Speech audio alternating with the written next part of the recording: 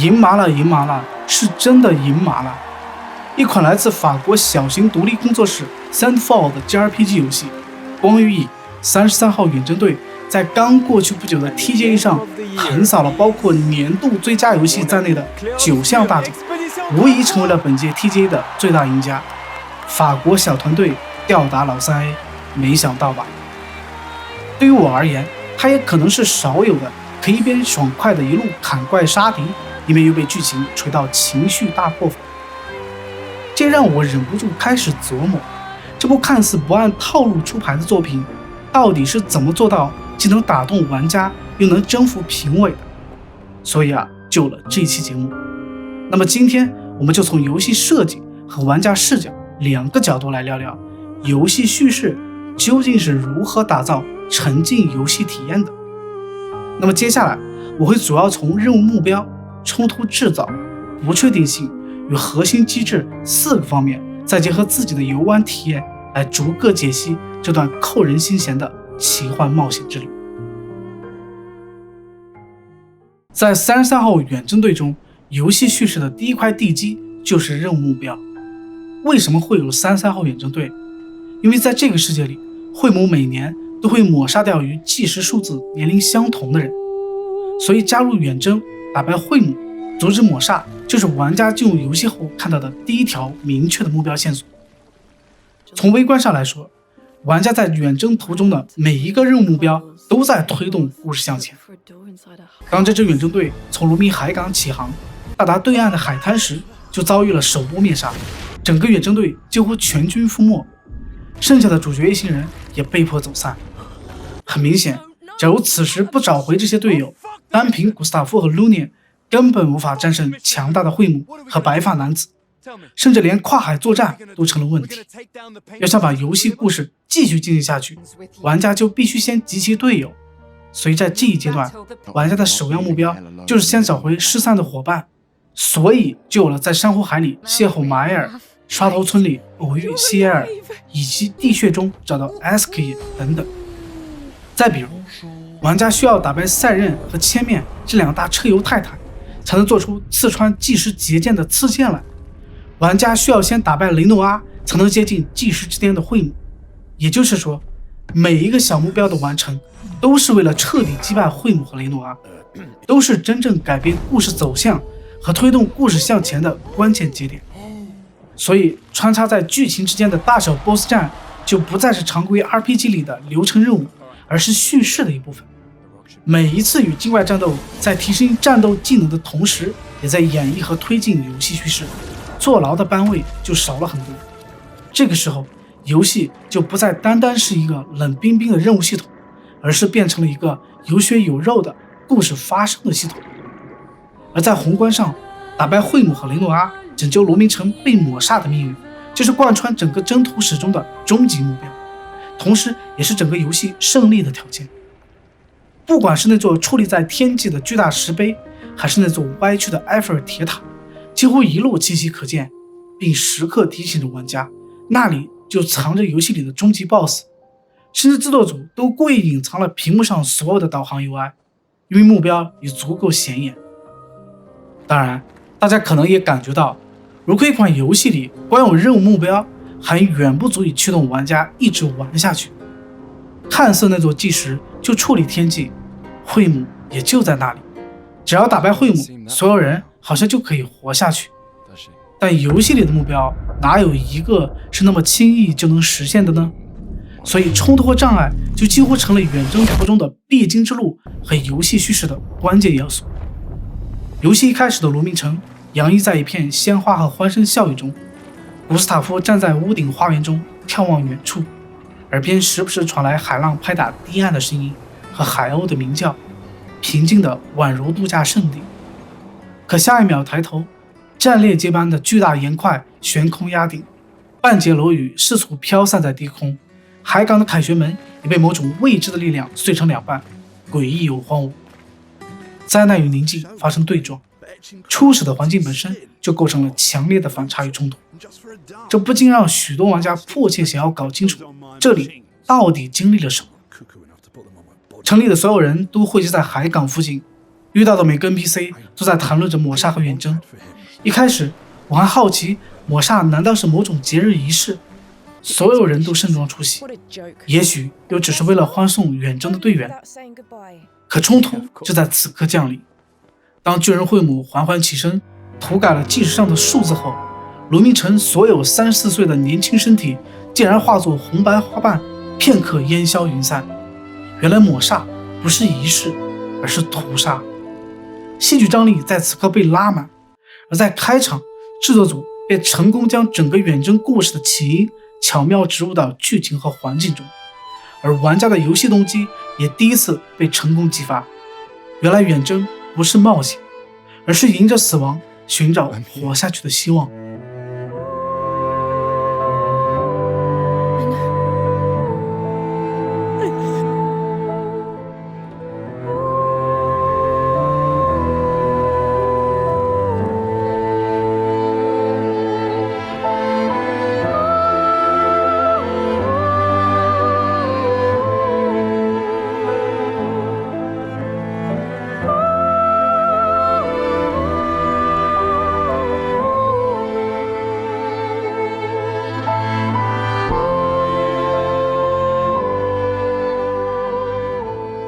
而随着游戏的展开，远征路上的失散与重聚，古斯塔夫的过早夭折，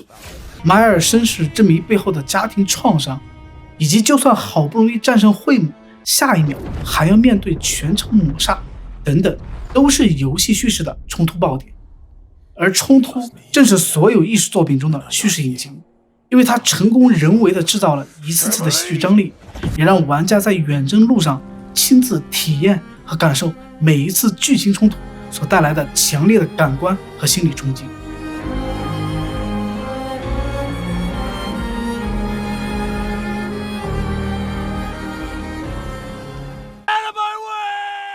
而每个戏剧冲突在整部游戏情节和世界中的成功植入，正是成就了这部游戏能拿到最佳叙事奖的核心因素之一。换个角度来说，游戏中的冲突和阻碍也并不是为了有意为难玩家，而是发现问题和解决问题原本就是人类的天性啊。这也是为什么游戏总是喜欢在打打杀杀中间拼命塞入故事冲突的深层逻辑，即便没有冲突也要制造冲突。但一款游戏里如果只有目标和冲突，确实还是会略显单调，毕竟这看起来太像是苦行僧一般的修行。而享受在游戏里单纯打铁吃苦的玩家毕竟也是少数，总得有点惊喜或者期待什么的。看来还需要时不时制造点惊喜和意外才行。所以游戏叙事里的不确定性塑造就是这么来的。而33号远征队的主线目标和故事结局好像很容易猜到，就是打败惠姆，拯救卢明城。尤其那座矗立在天际的巨大石碑，从开篇就在告诉玩家，那就是游戏终点。而主线故事无非就是一路砍怪加冲突，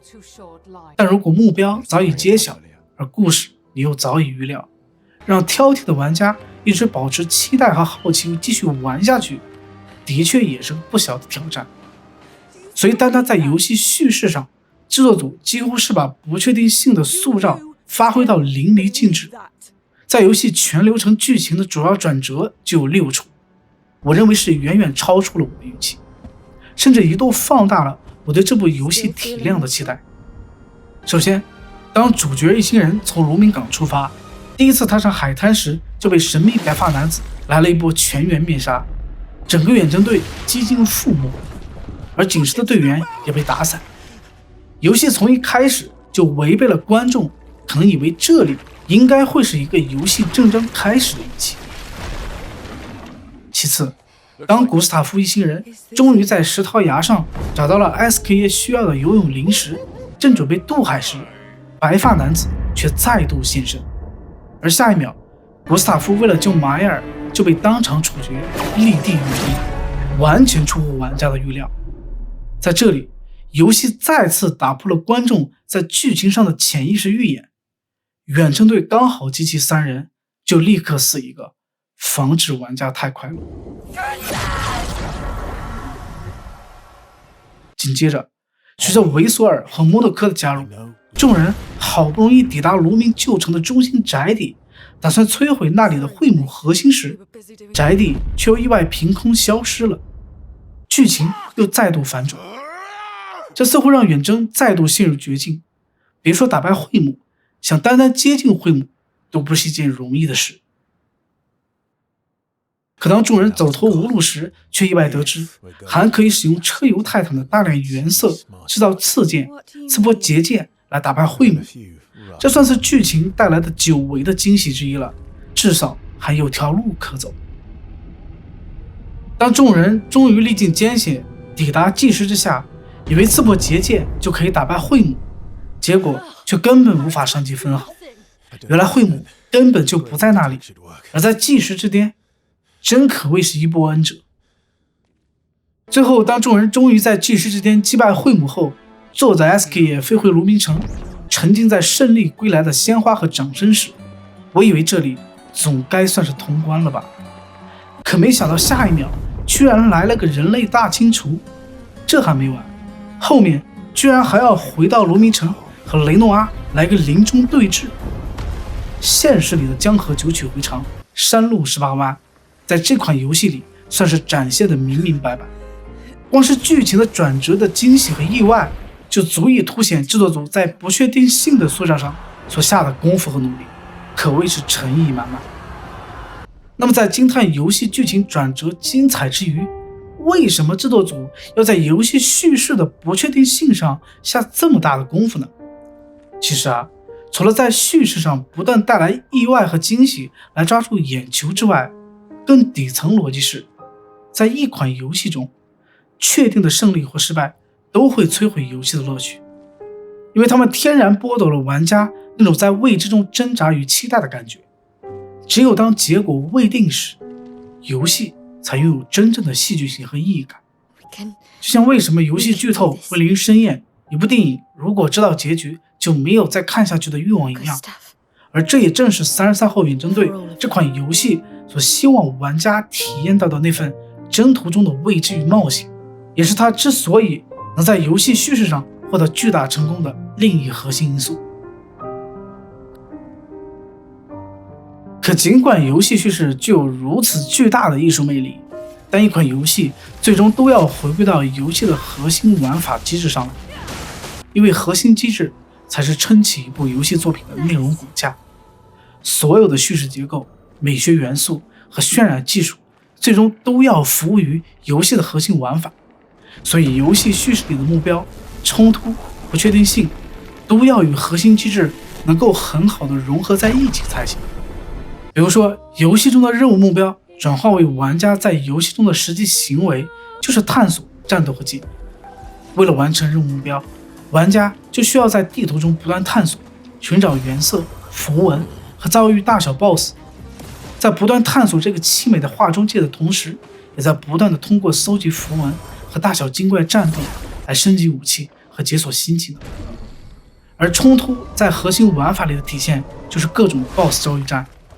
游戏不仅要玩家在剧情中看见冲突，更要玩家亲自经历和承受冲突。比如具体战斗过程中表现为回合点数的限制与持续对敌人造成伤害的冲突，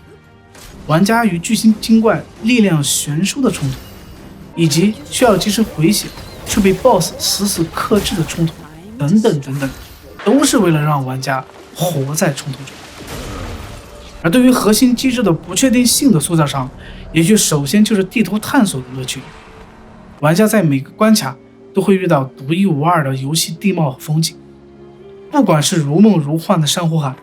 还是住满了搞笑可爱刷头怪的刷头村，或者充满巨剑和巨人遗骸的古战场，甚至单纯驾驶的 SK 在世界地图里满天飞，本身就与乐趣无穷。而每一个游戏关卡的独特风情和诸多变化，都是在把本身的游戏探索变成一场精心设计的奇异梦幻之旅。此外，在看似玩家可以运筹帷幄的回合制战斗中，游戏又引入了 QTE 和躲闪机制。对于一款第三人称的回合制角色扮演游戏来说，无疑是一次大胆的创新和突破。因为在游戏回合制战斗中，玩家不再是像传统的点技能格子加攻击或躲避，而是可以自己操作 QTE 按键，在恰当的时机触发按钮就可以打出完美暴击，或者在找准 BOSS 的攻击频率后，玩家就可以如同舞蹈般的踩着节奏来进行完美躲闪和反击，为回合制战斗增加了额外的概率元素，让战斗更加好玩上瘾。所以总的来说，虽然这部游戏并非出自什么3A 大厂，但游戏的叙事水准却早已甩出某些3A 大作几条街。而它在游戏叙事的成功，更是离不开对游戏目标的精心设计、剧情冲突的巧妙植入、不确定性的成功塑造，以及最终和游戏核心机制的完美融合。不过鉴于内容和时间的关系，无法在一期视频里完全讲到位，但以上的这些要素的实际构思，正是游戏叙事打造沉浸游玩体验不可或缺的关键部分。别的不说，单就游戏叙事这块，33号远征队是名副其实的应该成功，也必须拿奖。 Good, good, good, good, yes, good。 那么你认为还有哪些方面表现突出，能让这部独立游戏横扫 TGA 包揽9项大奖的呢？欢迎在下方评论区留下你的个人见解。那么今天的节目就到这里，如果你也喜欢这支影片的话，别忘了点赞、订阅和分享哦。我是 Gavin， 我们下期见。She's gone.